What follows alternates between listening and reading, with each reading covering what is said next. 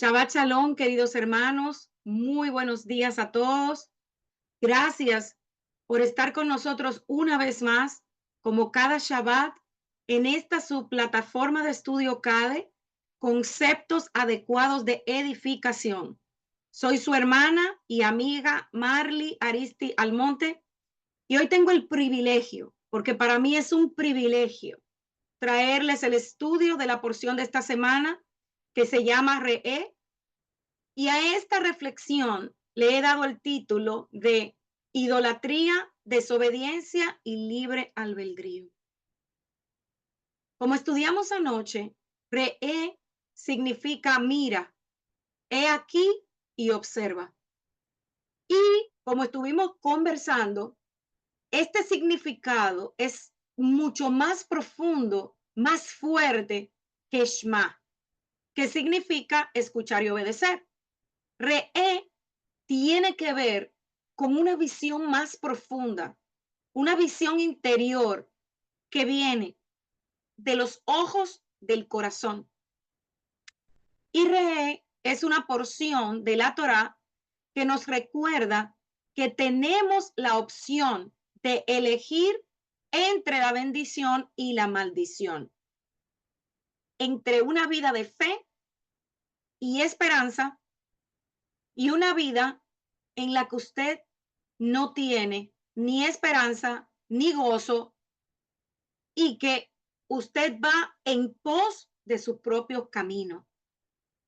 Esta porción da serias advertencias al pueblo de Israel sobre qué sucedería si después de aceptar el pacto con el Eterno, el pueblo se desvía y sus corazones van en pos de sus propios deseos.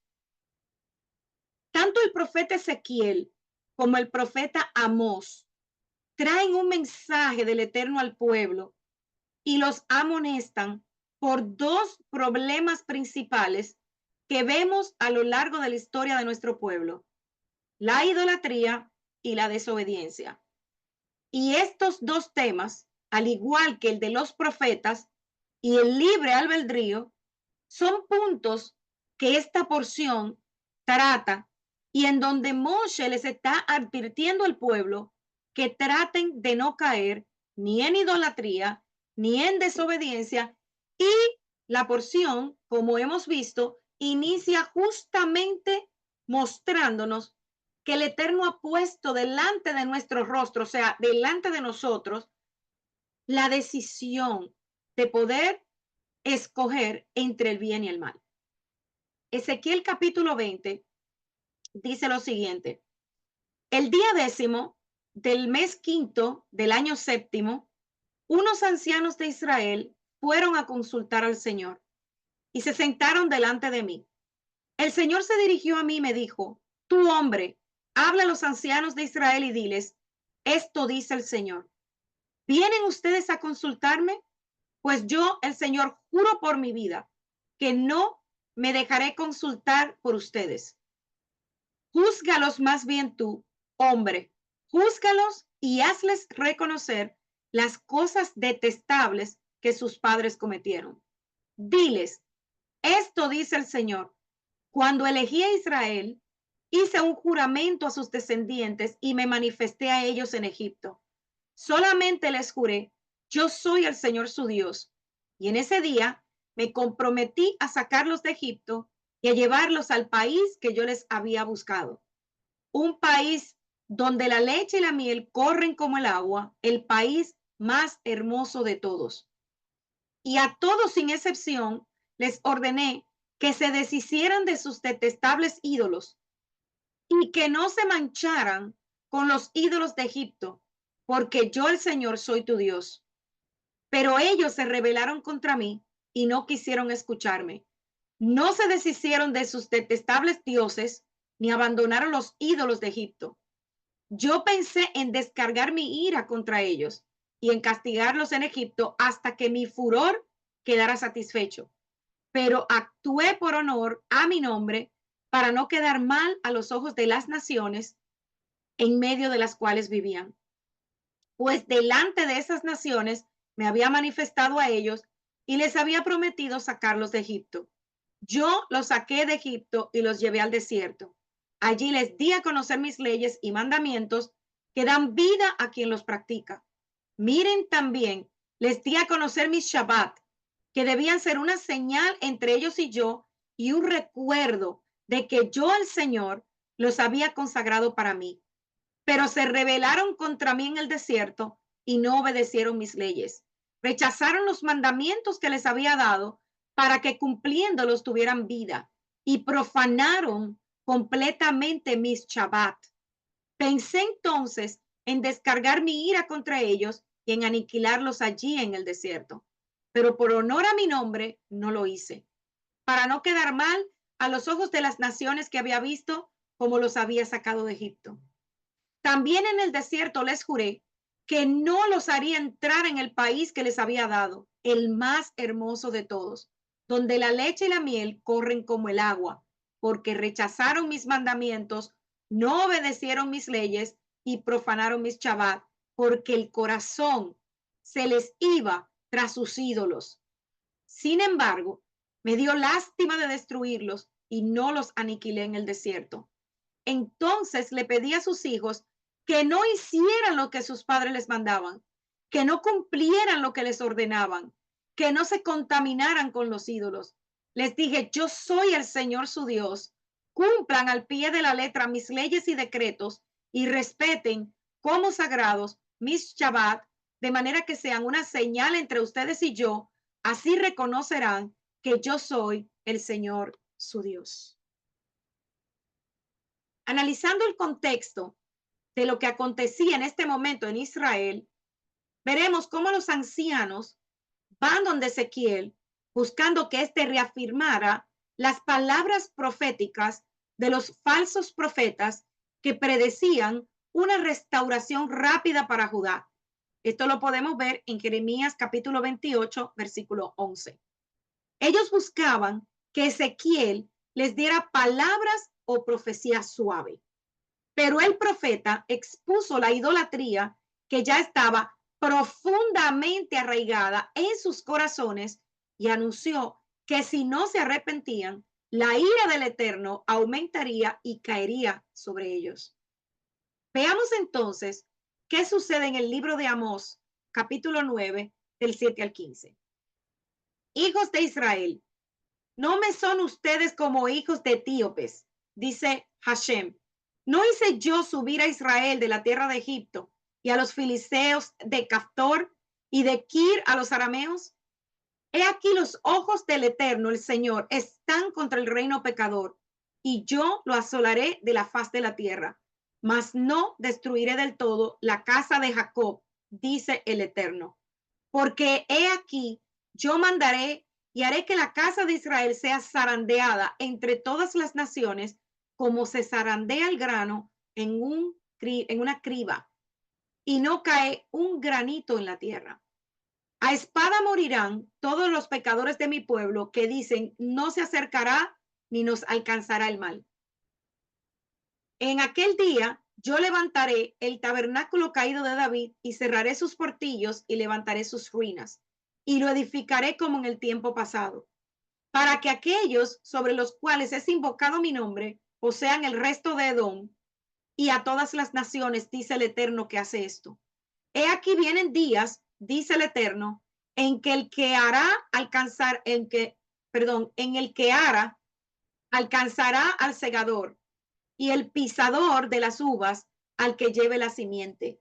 Y los montes destilarán mosto y todos los collados se derretirán. Y traeré del cautiverio a mi pueblo Israel y edificarán ellos las ciudades asoladas y las habitarán.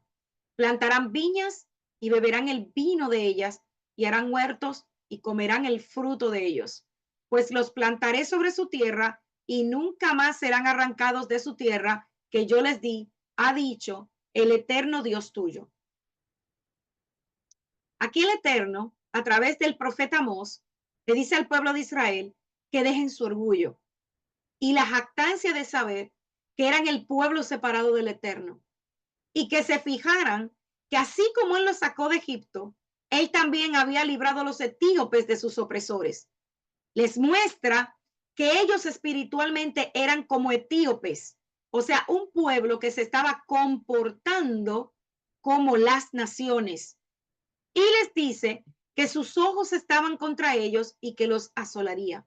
Zarandearía, o sea, los esparciría en las naciones y ellos ya no serían una nación como tal y que los pecadores morirían a causa de espada. Veamos el versículo 17 de Ezequiel, capítulo 20, en la Reina Valera. Dice, con todo los perdonó mi ojo, pues no los maté, ni los exterminé en el desierto.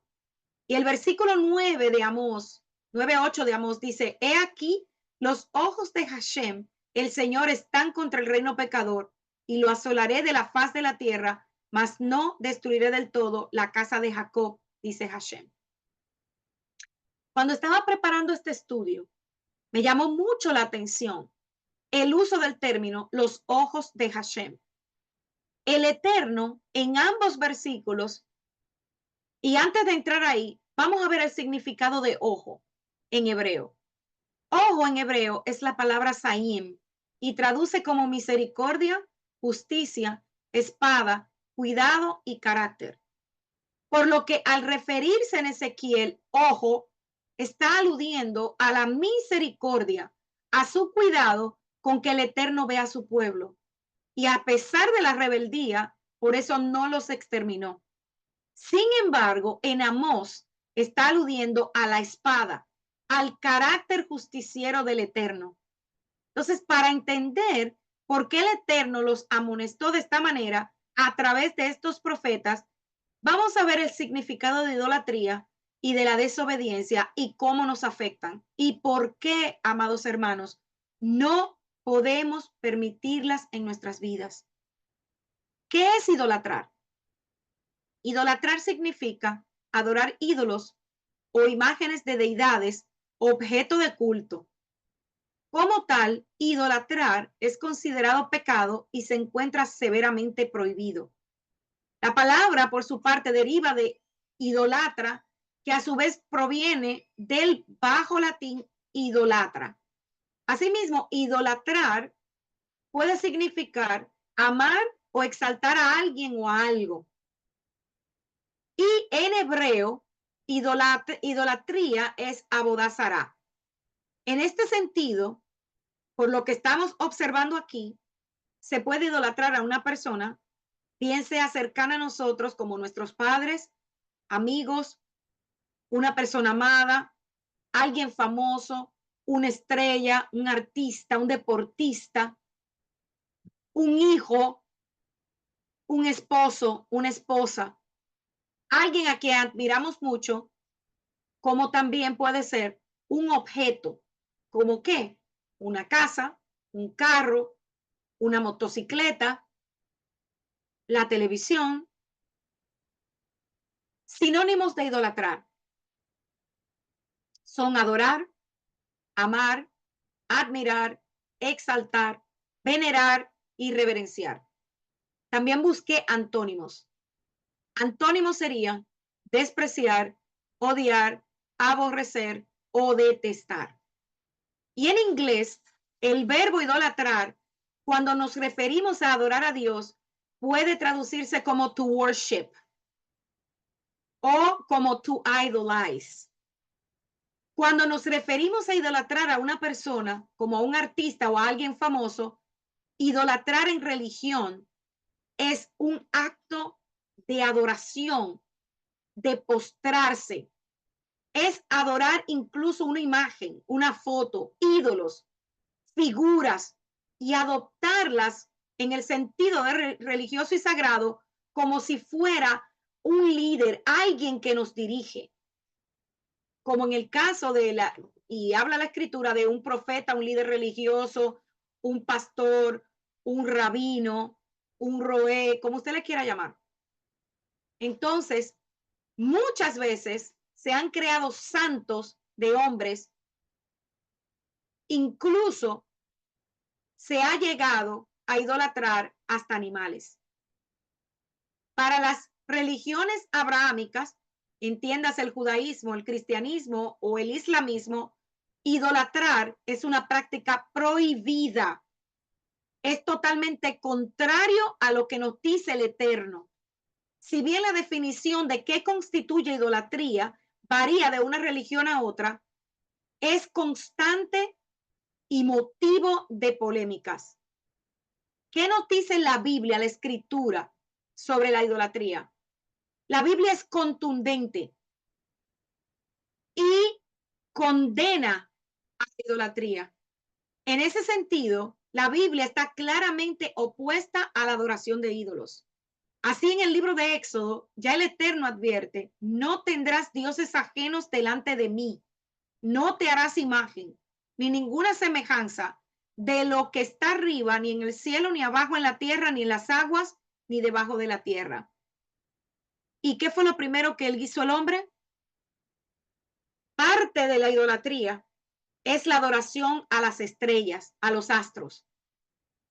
Mientras que en Deuteronomio, que es lo que estamos estudiando acá, se afirma tajantemente, maldito el hombre que hiciera estatura o imagen de fundición, abominación al Eterno, obra de mano de artífice, y la pusiere en oculto. Y todo el pueblo responderá y dirá amén.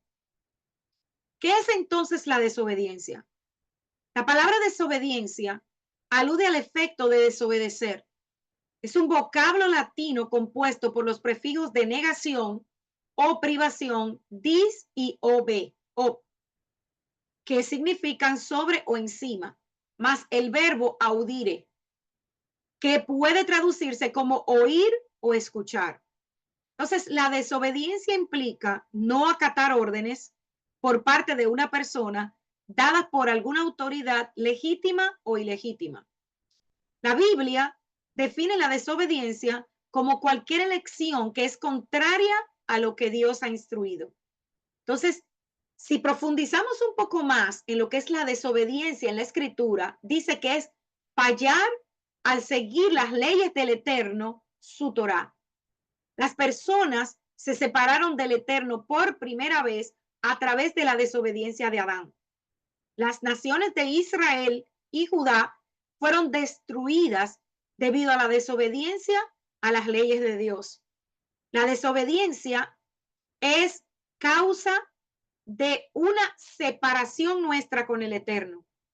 La obediencia siempre ha sido la respuesta, pero la desobediencia tiene sus consecuencias incluso después de que nosotros nos hayamos arrepentido. Y la Biblia, la Escritura, está llena de ejemplos de la desobediencia de las personas y sus devastadoras consecuencias. Afortunadamente, las personas siempre se pueden arrepentir y elegir obediencia. Las personas tienen la oportunidad de hacerlo mientras estén con vida, hermanos. Aún en el último momento, usted puede arrepentirse. ¿Cómo sabemos esto? Recordemos el caso de Yeshua en la cruz. ¿Qué le dijo a uno de los ladrones? Que hoy, él estaría en el paraíso con él. Ese ladrón no tuvo una vida, él no conoció lo que era caminar como decía la Escritura. Pero en ese momento, él entendió que él necesitaba un cambio en su vida y se arrepintió. Entonces, mientras podamos, debemos siempre arrepentirnos de nuestros pecados, alinearnos al Eterno y volver a la obediencia. Afortunadamente, las personas siempre se pueden arrepentir y elegir la obediencia, como la reacción de David a Natán, señalando su desobediencia en tener una relación con la esposa de Uría y después asesinarlo. Incluso después del arrepentimiento, las consecuencias continúan, hermanos, como la pérdida de la vida del hijo de David, ya que una persona que desobedece y se arrepiente, pide perdón, organiza su vida, todavía es responsable y cargará con las consecuencias de su desobediencia. La desobediencia consiste en realizar lo que Dios explícitamente nos dice que no hagamos. Por lo tanto, Desobedecer al Eterno es pecado. Desobedecemos porque nos sentimos autosuficientes y por ende contradecimos lo que Dios nos ha dicho. Por lo tanto, optamos por hacer nuestra voluntad y no la del Eterno. Y esto trae resultados negativos, devastadores a nuestra vida. La desobediencia es una rebeldía contra Dios y nos hace pecadores. Romanos 5:19 dice, porque así como la desobediencia de un solo hombre, muchos fueron constituidos pecadores. Así también, por la obediencia de uno solo, muchos serán constituidos justos. La desobediencia aparta a la persona de la gracia, de la misericordia, del favor del Eterno. Y Hebreos 3:18 dice, y a quienes les juró que no entrarían en su reposo, sino aquellos que desobedecieran. Somos salvos por gracia. Nunca se nos olviden. Esto no se nos puede olvidar. Por la gracia del Eterno somos rescatados de los que nos lleva a vivir una vida de desobediencia. Pero por amor a Él, por obediencia, llevamos una vida basada en sus estatutos, en sus mandamientos y en sus ordenanzas. Romanos 11:30-32 dice, en el pasado ustedes desobedecieron a Dios, pero ahora que los judíos no han querido obedecerlo, Dios se ha compadecido de ustedes. Y así como Dios les ha mostrado a ustedes su compasión, también lo hará con ellos. Pues Dios hizo que todos fueran desobedientes para así tenerles compasión a todos. ¿Por qué son tan graves estos pecados? Estos dos pecados van en contra de la soberanía, la santidad y la bondad del Eterno, y en contra de su justa ley, su Torá. Y Dios se aira por nuestros pecados con justa causa. Y dice la palabra que castigará en su justo juicio, tanto en esta vida como en la venidera, si no nos arrepentimos.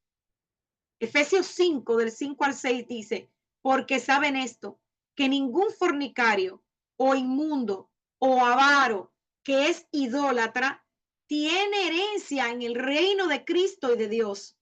Nadie los engañe con palabras vanas, porque por estas cosas viene la ira de Dios sobre los hijos de desobediencia.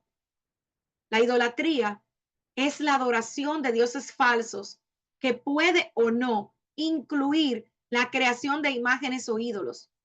Y los dos primeros mandamientos dados en las 10 palabras, o como lo conocemos, los 10 mandamientos, prohibían el pecado de la idolatría. Éxodo 20 dice, Dios pronunció todas estas palabras. Yo soy el Señor, tu Dios, el que te libró de la esclavitud de Egipto. No tendrás otros dioses aparte de mí. No te harás escultura alguna o imagen de nada de lo que hay arriba en el cielo, abajo en la tierra o en el agua debajo de la tierra. No te postrarás ante ellas ni le rendirás culto, porque yo, el Señor tu Dios, soy un Dios celoso que castiga en sus hijos, nietos y bisnietos la maldad de los padres que me aborrecen, pero con los que me aman y guardan mis mandamientos, soy misericordioso por 1000 generaciones. Aquí vemos cómo lo primero que hace el Eterno es presentarse como el único Elohim, el Elohim que sacó a Israel de Egipto, y luego continúa dándoles instrucciones de lo que él esperaba de ellos en su relación directa de lealtad y amor hacia él. Así el Señor se refirió al error y el pecado de tener dioses falsos, tangibles o intangibles, como objetos de adoración. Y este mandamiento no se refiere, hermanos, a decorados o cosas que podemos ver en templos, tabernáculos o capillas. El mismo Eterno que dio las 10 palabras, los 10 mandamientos, también instruyó constantemente, hermanos, a los israelitas en cuanto a la decoración del arca del pacto con los querubines. El hecho de tener estos querubines allí como objetos artísticos, el pueblo sabía que no se consideraba idolatría.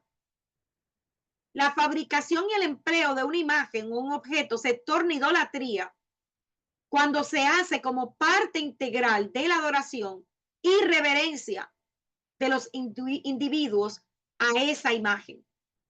Y es muy importante entender que la adoración de un Dios falso e intangible es tan perniciosa para el idólatra como lo es adorar a una imagen tangible.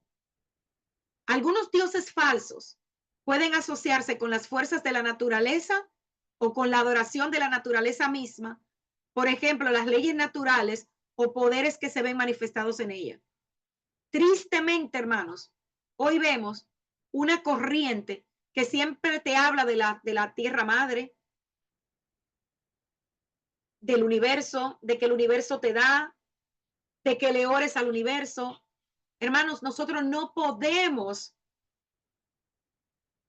adorar la creación. A quien tenemos que adorar es al Creador.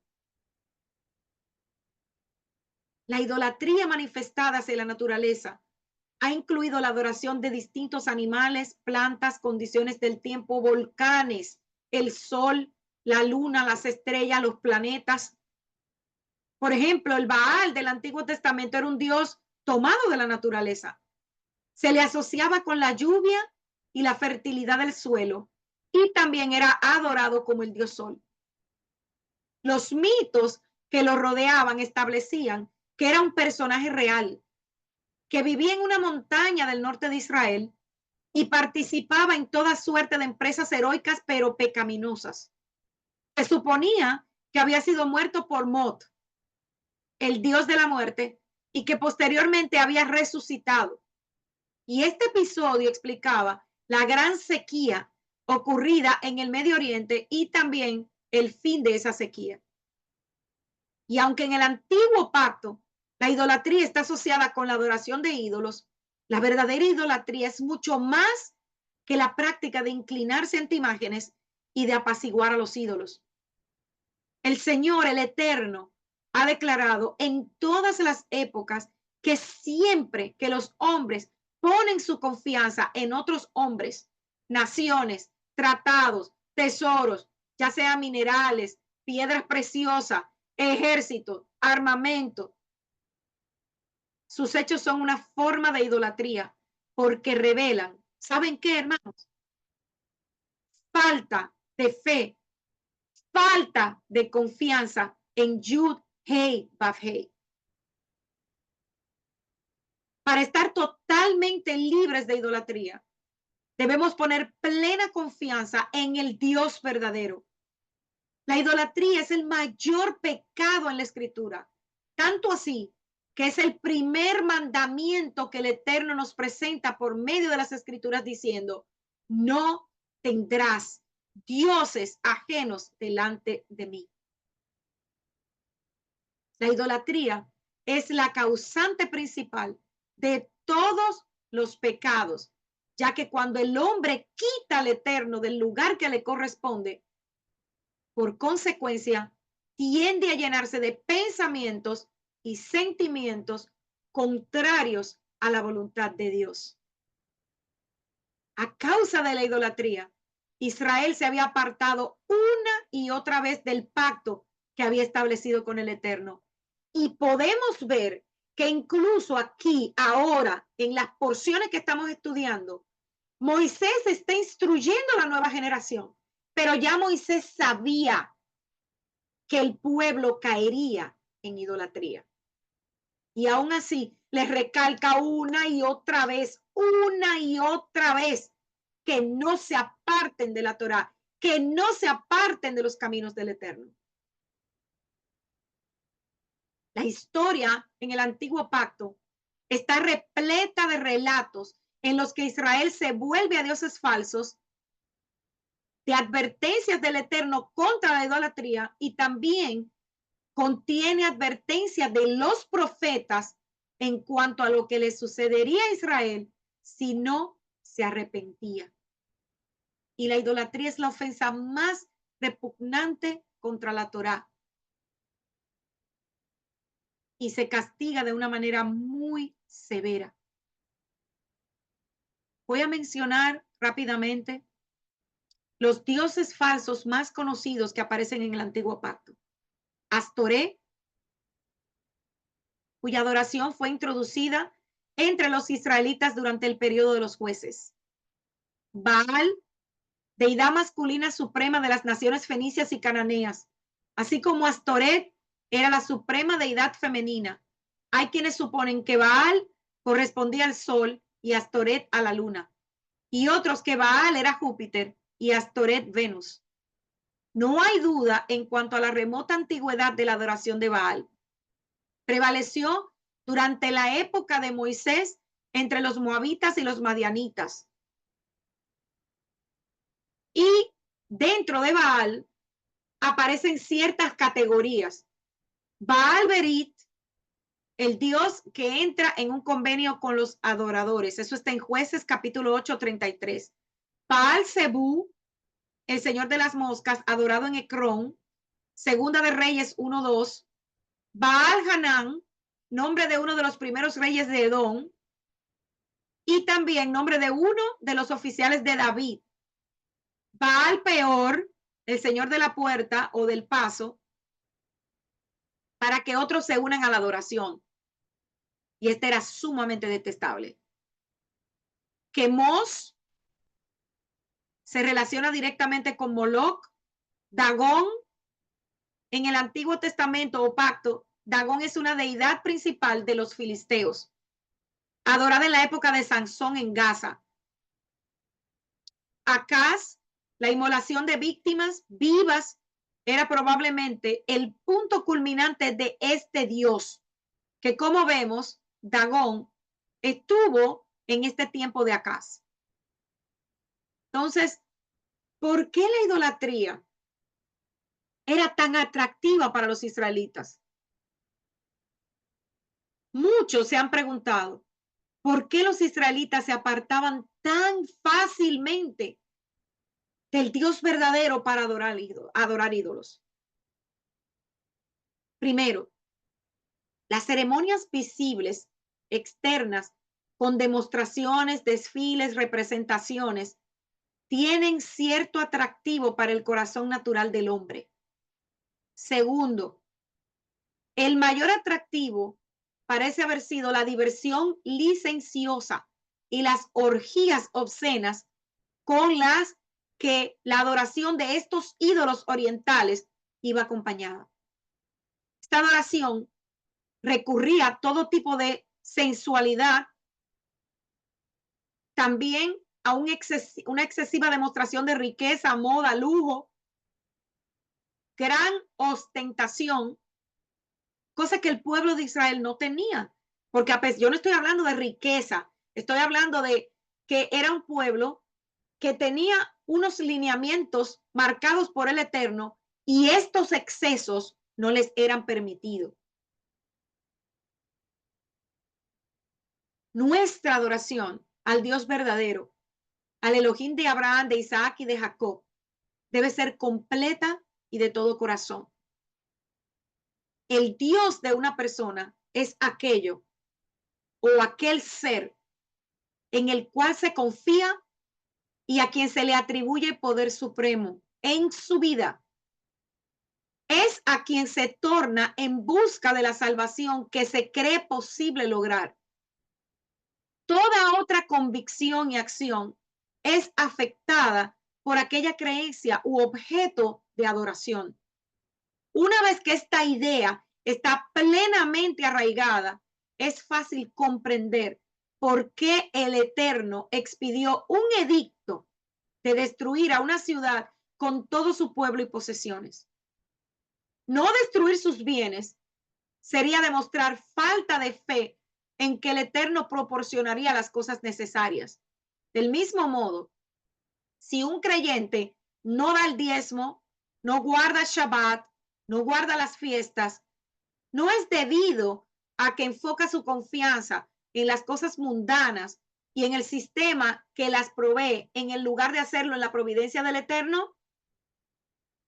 Esa pregunta no me la debe contestar a mí. Debe ser algo que usted debe mirar dentro de usted, como lo estoy haciendo yo, y contestarla. En ese sentido, las cosas del mundo se transforman en un Dios para esta persona, pues confía más en ellas que en el poder del Eterno. Pablo dijo, avaricia es idolatría y el avaro es idólatra. No constituye una forma de avaricia el hecho de que no se den diezmos y ofrendas. Quienes no pagan el diezmo tal vez se sientan sorprendidos ante la idea de que son culpables de idolatría, tal como lo fueron los antiguos israelitas. De esta misma forma, cuando guardamos otros días o celebramos otras fiestas, nos convertimos en idólatras, porque estamos siguiendo instrucción de hombre y no del Eterno. La forma es diferente, pero el pecado es el mismo. Y a menudo los profetas modernos han advertido contra la tendencia a transformar en ídolos el dinero, los automóviles, las casas y otros objetos materiales. La adoración de estas cosas naturalmente refleja la confianza que algunos dentro de las congregaciones tienen en la ley natural en lugar de tenerla en el Eterno y en su Torah. Encaran el mundo como un lugar donde el hombre marca las condiciones de acuerdo a su propio ingenio y motivación. Consideran su ganancia como propia y no del Eterno y olvidan que solamente somos mayordomos, o sea, administradores de los bienes del Eterno. Y lo más importante, hermanos, es que el Eterno es nuestro proveedor. Un verdadero creyente solamente puede surgir mediante la obediencia a la Torá dejada por Hashem, comenzando con el hecho de que Él es el único Dios verdadero. Y debemos tener ese conocimiento siempre presente. Él es el único y verdadero Elohim. No puede haber un término medio en este aspecto, ya que no se puede servir a Dios y a las riquezas o a otros dioses. La verdadera adoración, así como la libertad, es invisible y es indivisible. ¿Por qué digo invisible? Porque no es algo que usted pueda tocar, palpar. Tiene que ver con su corazón, con su emoción, con lo que usted cree, con lo que usted tiene dentro de usted. No se puede salir adelante con un poquito de idolatría. ¿Saben por qué? Porque una vez iniciada, la idolatría va muy lentamente entrando en el ser humano de una manera muy sutil y la destrucción es la consecuencia, a menos, claro está, que haya un arrepentimiento. Al poner sobre los hijos de Israel y su tierra una bendición y una maldición, el Eterno estableció condiciones muy estrictas. Veamos Deuteronomio 28, que lo vamos a estudiar más adelante, y Levítico 26. Los israelitas habían fracasado porque no depositaron su confianza en el único Dios verdadero, de manera que fueron abandonados a las consecuencias de su intento de amar al mundo y al Eterno al mismo tiempo. Y hoy, esta parashá, Re'é, nos habla de que debemos hacer un análisis de nosotros mismos. reconocer si somos culpables de desobediencia o idolatría, confesando la verdad delante del Eterno, reconociendo que no estamos entregando todo nuestro corazón a Él y llegar enteramente a santificarlo para que podamos ser guiados por su Espíritu en todo momento.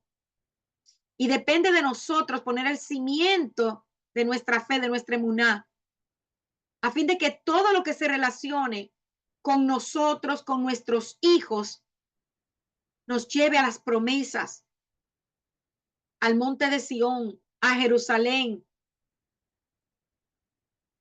Si establecemos tal simiente y tal cimiento en nuestras vidas, con una conciencia íntegra, nos va a ir bien. Entonces, vemos que aquí se nos está enseñando que la idolatría es también rebeldía. ¿Cómo evito la idolatría y la desobediencia en mi vida? Reconociendo la soberanía del Eterno en el mundo, en toda la creación, pero también en mi vida. Obedeciendo sus mandamientos, que son buenos, no son gravosos, de acuerdo a Juan 5:3. Y la forma en que demuestro que lo amo es justamente esa, guardando sus mandamientos.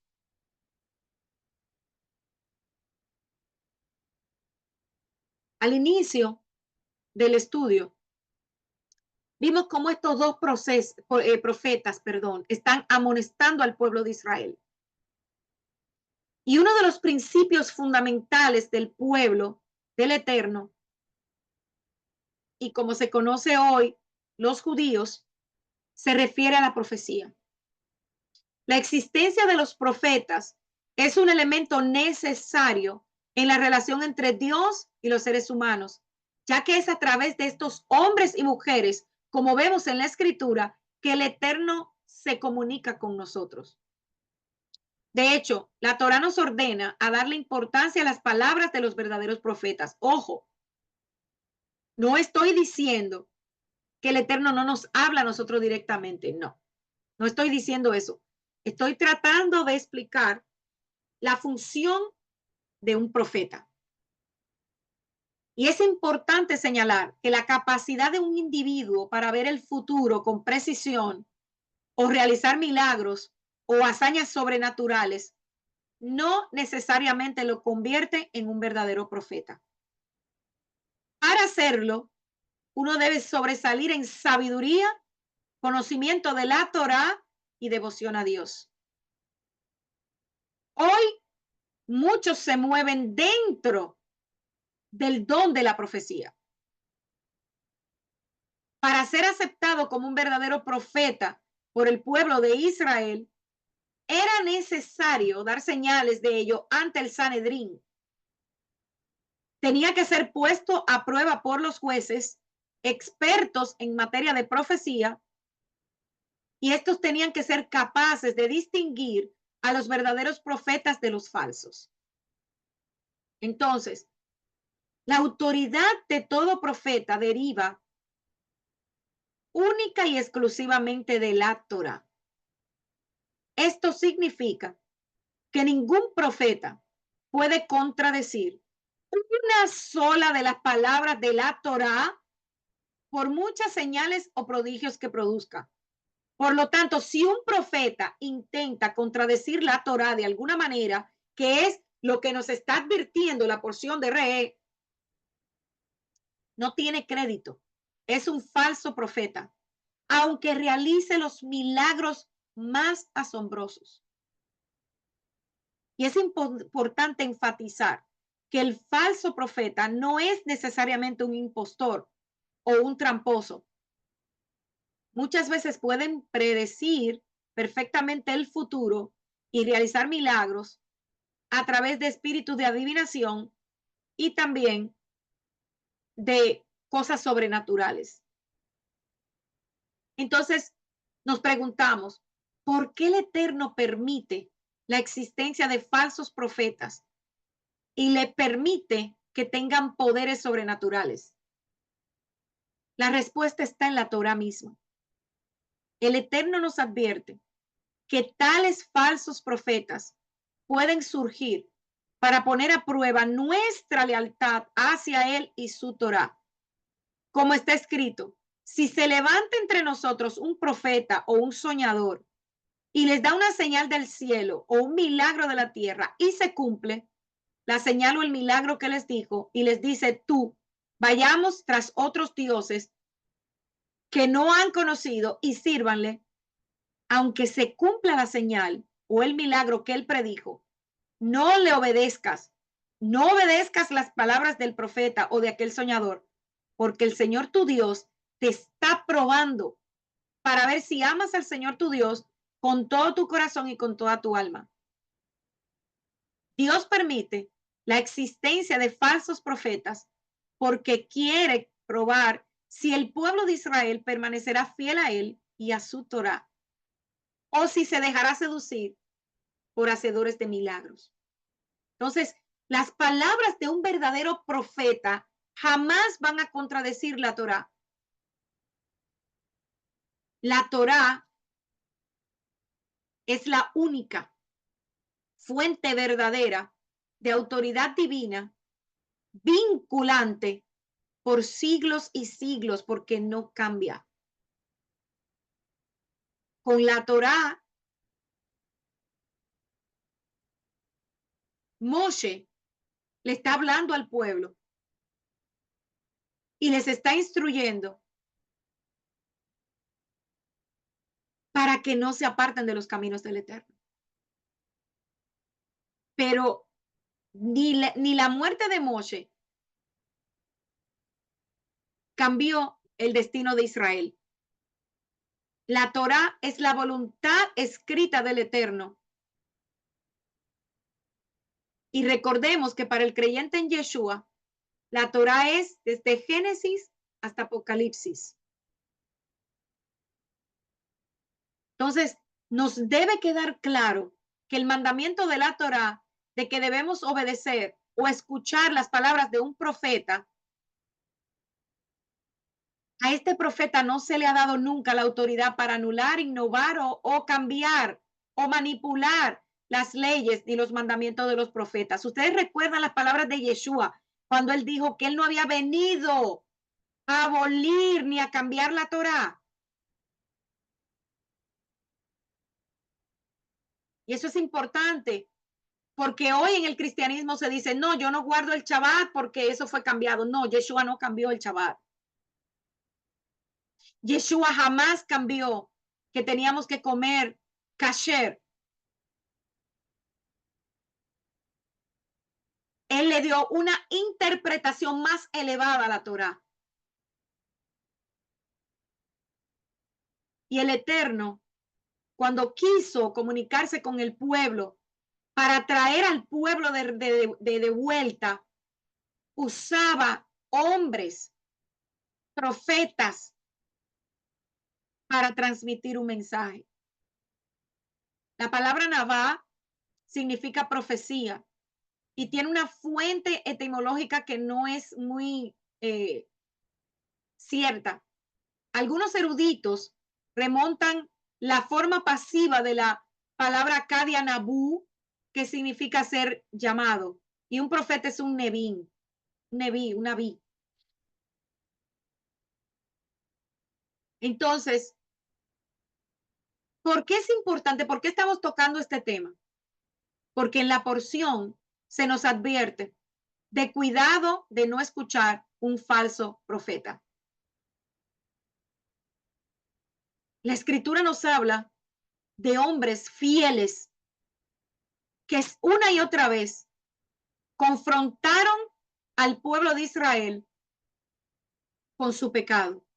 Y esa es precisamente la misión y el mensaje que llevaban los profetas. Trataban de salvar a la nación de su idolatría y maldad.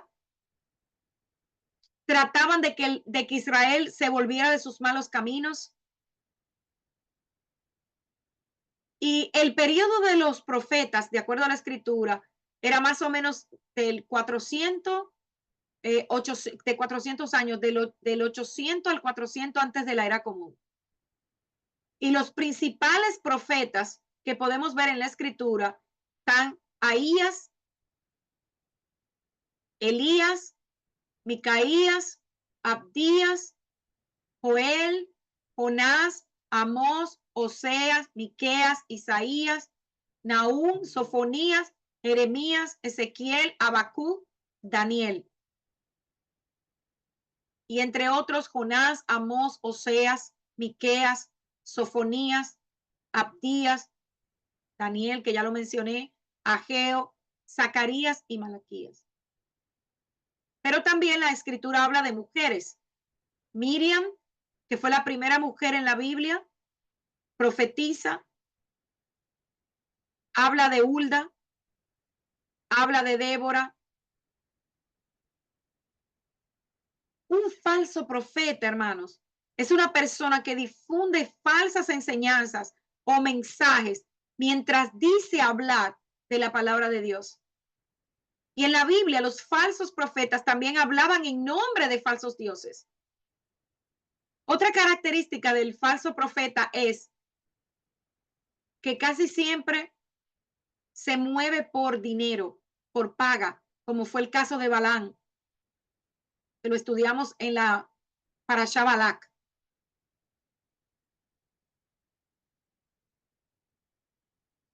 Y el castigo establecido para los falsos profetas, de acuerdo a la escritura, era que debían ser eliminados, debían ser muertos. Yeshua también enseñó sobre los falsos profetas en su Sermón del Monte. Él dijo en Mateo 7, 15 al 18, guardaos de los falsos profetas que vienen a ustedes con vestidos de oveja, pero por dentro son lobos rapaces. Por sus frutos lo conocerán. ¿Acaso se recogen uvas de los espinos o higos de los abrojos? Así todo buen árbol da buen fruto, pero el árbol malo da frutos malos. No puede el árbol bueno dar malos frutos, ni el árbol malo dar un buen fruto. La escritura describe a los falsos profetas como adúlteros, traicioneros, borrachos, malvados, mentirosos y relacionados con la adivinación y la brujería. Amados, ¿qué es lo que se ve hoy día? ¿Cómo tú le vas a decir a una persona que está en pecado que el Eterno lo va a bendecir? Que el Eterno le va a dar casa, carro, esposo, esposa.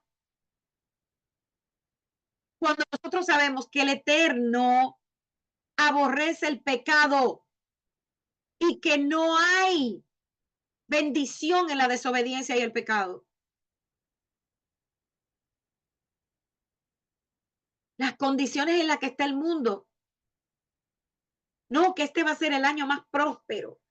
Y mira que tú verás y que el Eterno dice y que esto y que este es tu año y tú te vas a elevar.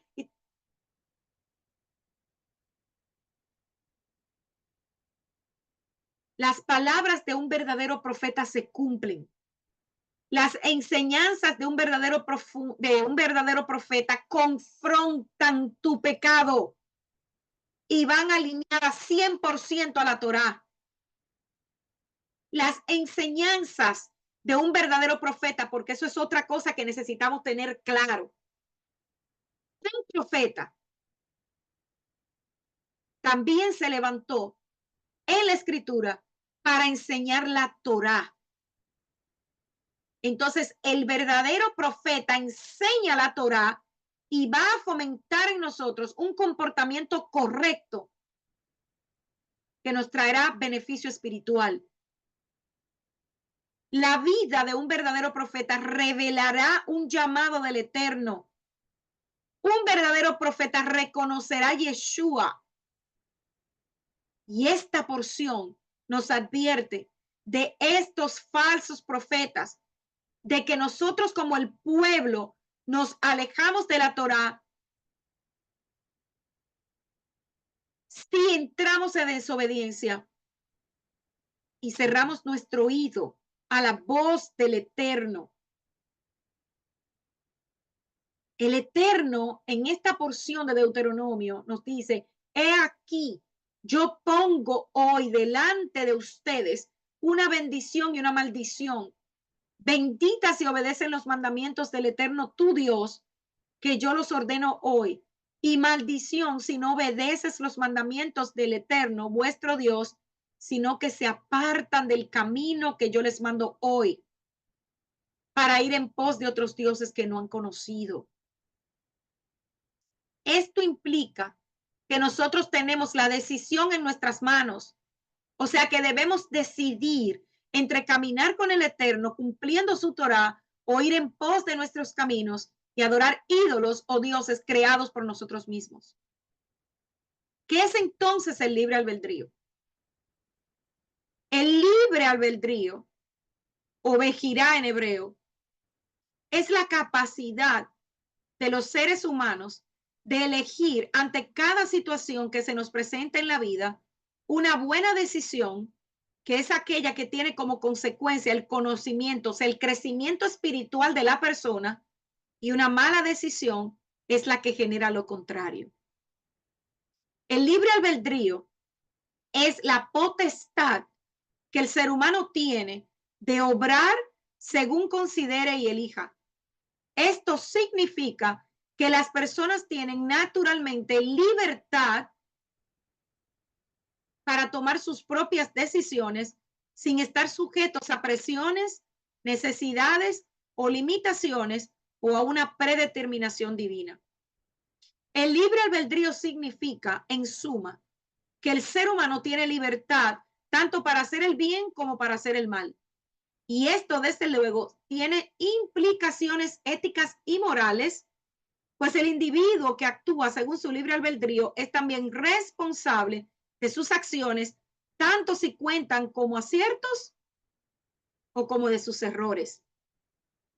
De allí que el libre albedrío se extienda a otros ámbitos de la vida del ser humano, como la religión, la filosofía o el derecho. Entonces, tenemos que entender que hay un debate muy grande en la sociedad, porque muchos dicen que en realidad no tenemos libre albedrío si el Eterno conoce todo. Pero la Escritura nos enseña que sí, el Eterno nos ha dado la facultad de decidir. Y aunque Él sabe cada cosa que va a suceder, sí nosotros tenemos en nuestras manos el poder de decidir si le amamos y le seguimos o simplemente vamos en nuestro propio camino y nuestro propio derrotero.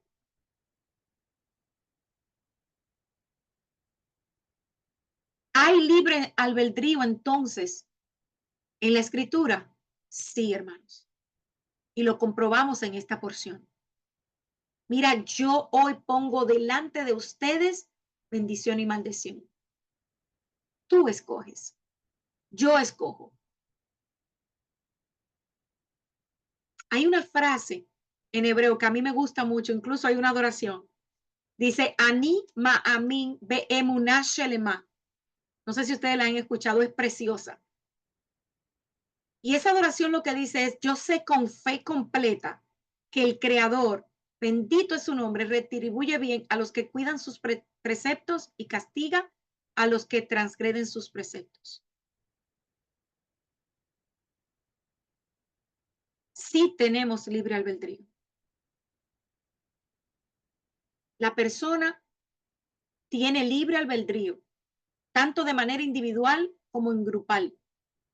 Por eso la parashá comienza conjugando el verbo en singular, re'e, mira. O sea, primero te habla de manera individual, pero si seguimos leyendo, fíjense lo que dice y continúa después en forma de grupo, de comunidad. Coloco ante ustedes y siempre haciendo énfasis en el hoy. Porque el día más importante, amados hermanos, de nuestras vidas es el hoy. Debemos mirar atrás para ver de dónde el Eterno nos sacó y no repetir los errores. Y la Escritura nos advierte de vivir en el futuro, porque todavía el futuro no ha llegado y no sabemos lo que pasará. El hoy es el día más importante de tu vida y de mi vida. Y ese libre albedrío lo ejercemos hoy, día con día. El Eterno ha creado a la humanidad, pero también la formó, dice la Escritura. Lo deseemos o no, estamos condenados a lo largo de nuestra vida a repetir mediante el ejercicio del libre albedrío estos dos actos del Eterno cuando creó al hombre. Dice que Él creó y formó. Entonces, hay dos cosas, la existencia de lo bueno y de lo malo. Y dice que también hay otra cosa, la ocultación del Eterno, pero algo que me llamó sumamente la atención, la ocultación de la ocultación del Eterno. Que el profeta Isaías da una expresión impactante de la existencia de la primera condición, que es lo bueno y lo malo. Dice que para que los hombres sepan, desde que sale el sol hasta que se pone, que no hay nadie más que yo. Yo soy Yuhe y Bajé y no hay nadie más, formando la luz y creando la oscuridad, haciendo la paz y creando el mal. Yo, Yuhe y Bajé, estoy haciendo todo esto. Entonces, fíjense cómo crear, Él creó de la nada, el Eterno antecede a todo. Él no tuvo inicio, Él no tuvo un principio. Pero el profeta Isaías sitúa la ausencia de la luz, o sea, la oscuridad y lo malo en un nivel superior al de la luz. Dice que los primeros fueron creados y los segundos fueron solo formados. La existencia de la segunda condición, o sea, la ocultación de la ocultación del Eterno. Esto parece como si yo me hubiera equivocado y estuviera repitiendo algo dos veces, pero no es así. Dice que la experiencia humana cotidiana revela en innumerables debates sobre la existencia del Eterno. Se evidencia tanto en el hebreo bíblico como en la Biblia. Y en el hebreo bíblico, mundo, olam, deriva de la misma raíz que todas las palabras hebreas que apuntan al ocultamiento. Talumá, que traduce misterio, Kealmut, desaparición, Neelán, desconocido, como si fuera algo matemático, Alum, secreto. Entonces, en verdad, dice Isaías 45:15, tú eres un Elohim que se esconde, oh Elohim de Israel Salvador. Entonces, el ocultamiento del Eterno, sin embargo, se oculta en sí mismo, porque no hay nada fuera de él. Deuteronomio 31:18 dice, y seguramente esconderé mi rostro en este día. Entonces, la repetición, como yo les decía, de la misma raíz dos veces, o sea, en dos palabras consecutivas, es interpretada por los estudiosos judíos como una forma de ocultar el ocultamiento, un hecho integrado de la vida que todos hemos experimentado probablemente en un momento u otro a lo largo de nuestra vida. Habiendo estudiado estas dos condiciones para la existencia del libre albedrío, la siguiente pregunta que hay que hacer es, ¿cuáles son las limitaciones para el ejercicio del libre albedrío y qué implica esto último? Vivimos continuamente en dos mundos, entremezclados y la mayoría de las veces inseparables e indistinguibles el uno del otro. Vivimos en el mundo de la ley de la naturaleza y el mundo del azar. Solo podemos ejercer el libre albedrío en un entorno que permite elección. Entonces, este sería el mundo del azar. A diferencia del mundo de la ley de la naturaleza, donde todas las limitaciones externas nos obligan a comportarnos de cierta manera y no tenemos elección ahí. porque el Eterno estableció parámetros, por ejemplo, en las aguas. ¿Qué puedes tú hacer para cambiar el curso del mar? Nada, nada. Ahí, si tú vas en un paseo por un río, tienes que ir donde vaya la corriente, no tienes opción. Tú puedes tratar de ir contra la corriente, pero ¿qué va a pasar? No vas a disfrutar el paseo porque vas a estar yendo en contracorriente, peleando contra las leyes naturales. Pero en el mundo del azar, somos libres de ejercer lo que nuestro corazón desee. Solo entonces en el mundo del azar nos convertimos en un agente de nuestro propio libre albedrío. Entonces, ¿en qué consiste el ejercicio del libre albedrío? Este tiene dos acciones: separar y elegir. Entonces necesitamos separar el bien del mal antes de elegir. Y a menudo en nuestra vida diaria, lo bueno y lo malo se entremezclan hasta un grado en que los dos raramente pueden ser separados. Por eso la escritura dice que hay una línea muy delgada entre el bien y el mal. Y es por esto que tenemos que tener discernimiento. El Eterno creó la oscuridad, permitiendo así que lo bueno y lo malo en nuestro mundo coexista, mezclado. Consideremos la palabra hebrea bíblica para tarde. ¿Recuerdan en Génesis cuando dice, y fue la tarde y la mañana?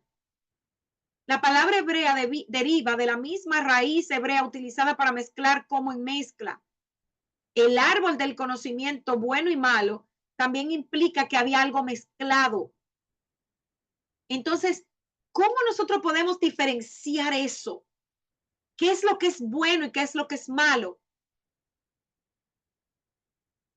A través de la instrucción del Eterno. La Torá. El acto de separar lo bueno y lo malo es doble y se expresa de forma diferente en los mundos que habitamos, que es el mundo de la ley natural, o sea, de la naturaleza, y en el mundo del azar.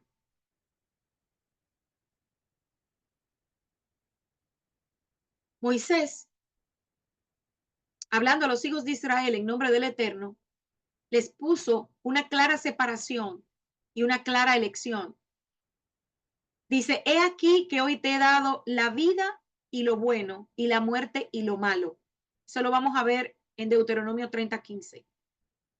Y la elección, invoco al cielo y a la tierra para que den testimonio hoy contra ti de que te he puesto delante la vida y la muerte, la bendición y la maldición. Por tanto, escoge la vida para que tanto tú como tu descendencia vivan. El libre albedrío otorgado a la humanidad, el de separar y elegir, tiene una duración de vida limitada, o sea, mientras vivimos. No es algo eterno ni que tú le puedes pasar a tu hijo. No es un don.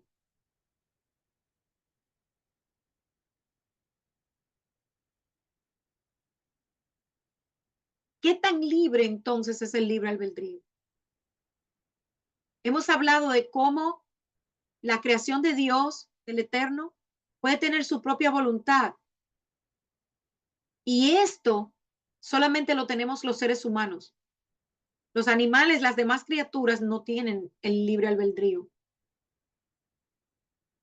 La Torah nos enseña que la persona tiene libre albedrío y es un regalo, hermanos. Esto es un regalo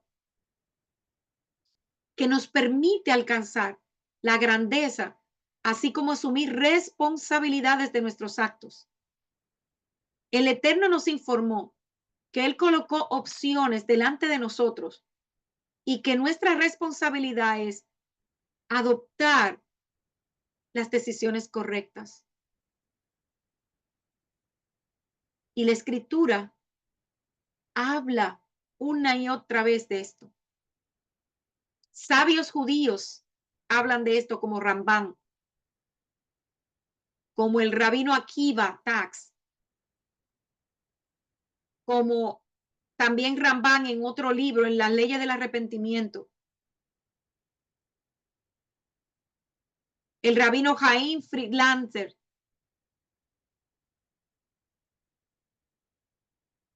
El rabino Abraham Tuwelsky. En diferentes libros. Pero, ¿sabía usted que Yeshua también habló del libre albedrío? Yeshua enseñó que el libre albedrío es un principio eterno que permite a las personas elegir entre el bien y el mal. Y algunas de sus enseñanzas que habla del libre albedrío, él habló de la libertad de escoger. Yeshua dijo que las personas somos libres de escoger la vida entre la vida eterna y la libertad cuando lo seguimos. Dijo que nosotros necesitábamos ser verdaderamente libres para poder servir al Eterno. También que el Eterno cambia la naturaleza de las personas para liberarlos del pecado y darles la libertad de elegir ser justos. Y también dijo que las personas somos responsables de nuestros motivos, deseos y acciones.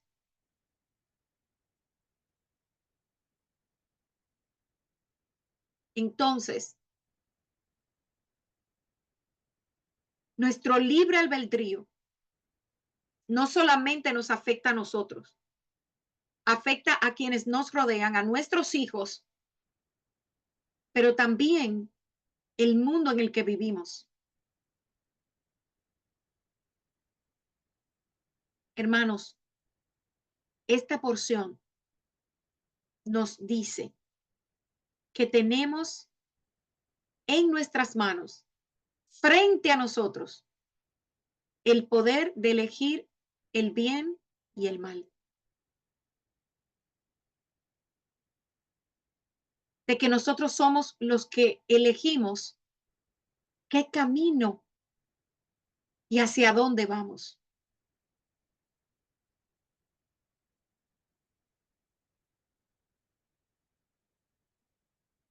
Es una decisión que te afecta a ti, me afecta a mí, pero que solamente la podemos tomar nosotros. El Eterno no va a influir en ti. Por eso es que siempre nos dice que elijamos lo bueno para que vivamos.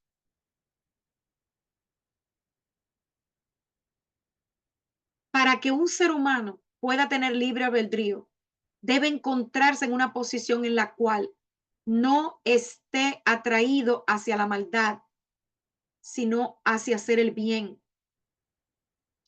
¿Y de qué manera nosotros podemos crecer mirando hacia hacer las cosas bien? Cuando nos enfocamos en el Eterno, cuando buscamos de Él, de su presencia, cuando vivimos su palabra. El libre albedrío revela que un ser humano siempre es capaz de tomar la decisión correcta y resistir la tentación. No hay excusas, hermanos.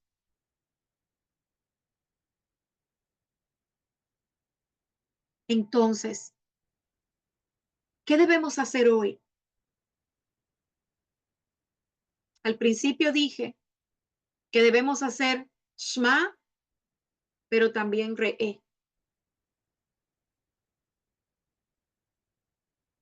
Que nuestro libre albedrío, amados hermanos, nos lleve a cumplir la voluntad del Eterno, a crecer de manera espiritual, a ayudar a los demás a crecer en conocimiento, en amor al Eterno, a alejarnos de la idolatría, de la desobediencia, de todo aquello que nos aparta del Eterno y a vivir una vida en donde nosotros solamente querramos hacer la voluntad de aquel que nos amó y nos creó. Shabbat Shalom, queridos hermanos. Hasta aquí la reflexión del día de hoy. Voy a parar la grabación Espero que haya sido de mucha bendición y que tengan un resto maravilloso de Shabbat.